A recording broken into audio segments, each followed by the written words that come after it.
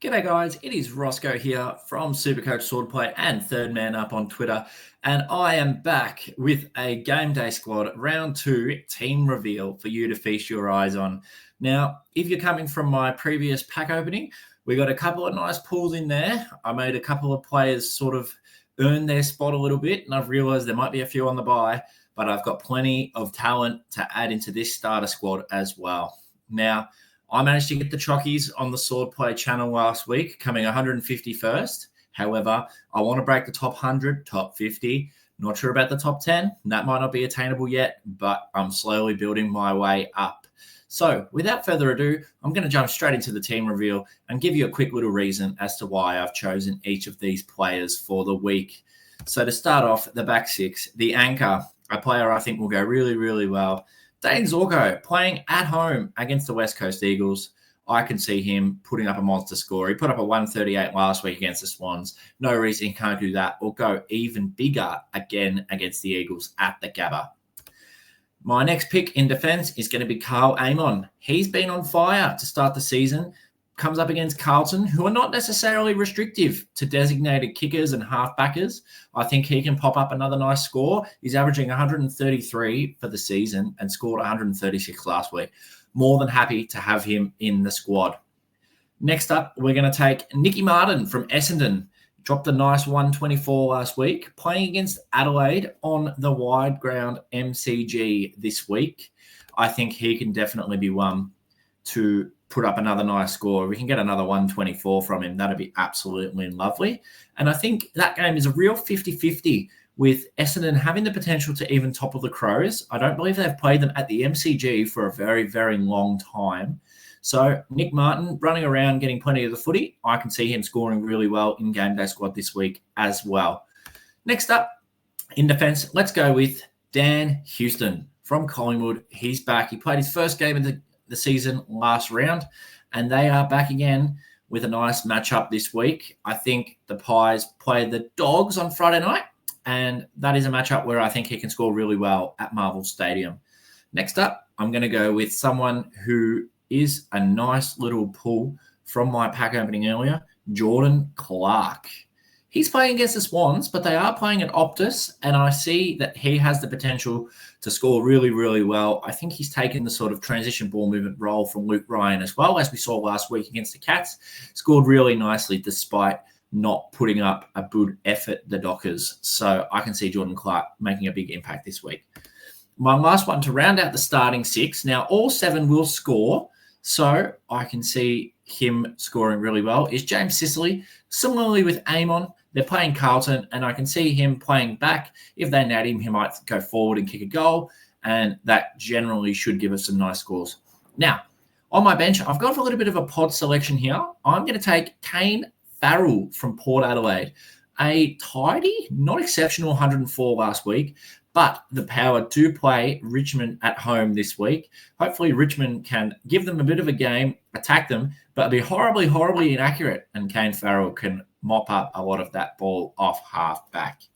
Now, let's move on to the midfielders, and we will start off with Jordan Dawson, a 155 against my boys. While it was not great to watch in a footy sense, it was great to watch for my game day squad, as I had him locked into the midfield last week as well. Against Essendon, I see no reason why he cannot go, maybe not so big as 155, but he'll go fairly well again, I think. Next up, going to target Richmond again here. Kane Farrell already in defence. We're going to go with Connor Rozee in the midfield. While I'm at it, I'm going to drop Jason Horne-Francis in my forward line as well.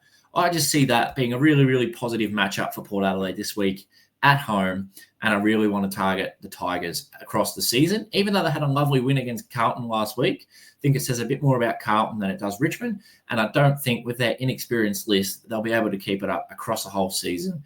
The occasion playing against Port Adelaide away from home for the first time in the season might be a little bit too big for them.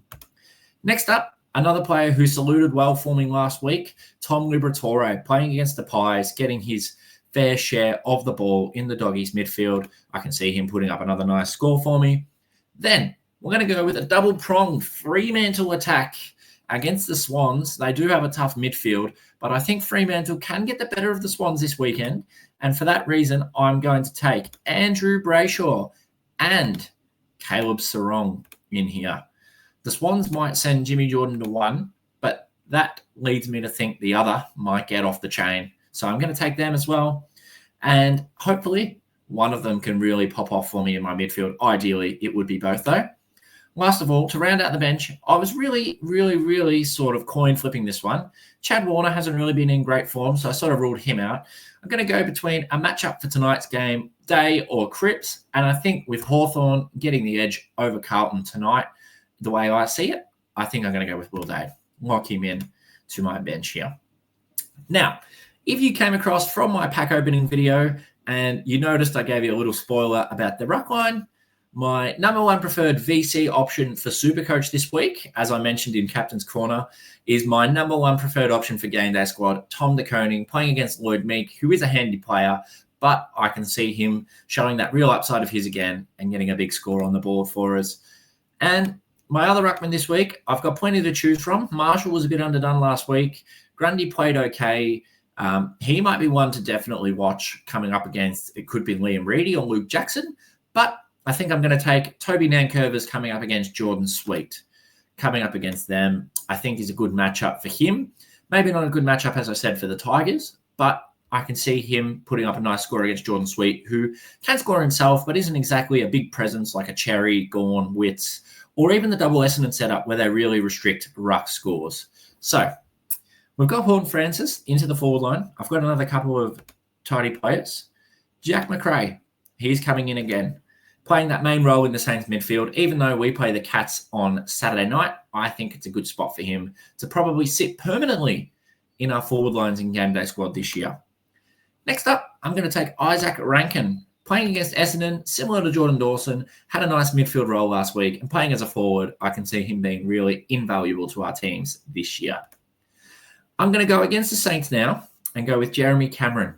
I know I put Jack McRae in, but Jeremy Cameron could just as easily have a massive impact, even go forward and kick a bag against us on Saturday night. And I think that we are another one of the friendly matchups that we can really target in Game Day Squad. I've got two more to show you now. It's going to be a two-pronged Bulldogs attack. Now, ideally, I would have Toby Green in here, but GWS Giants do have the bye this week. So first of all, I'm going to take Matty Kennedy, Bam Bam, as some of the Carlton faithful used to call him. Then I'm going to scroll down here. I'm going to go with my freshly pulled Sam Darcy. I think that he can have a good game against the Pies. They do tend to be a good matchup for forwards, actually. They're not too defensive, and their games tend to be either really low scoring or high scoring, which can mean that forwards can get off the chain a little bit.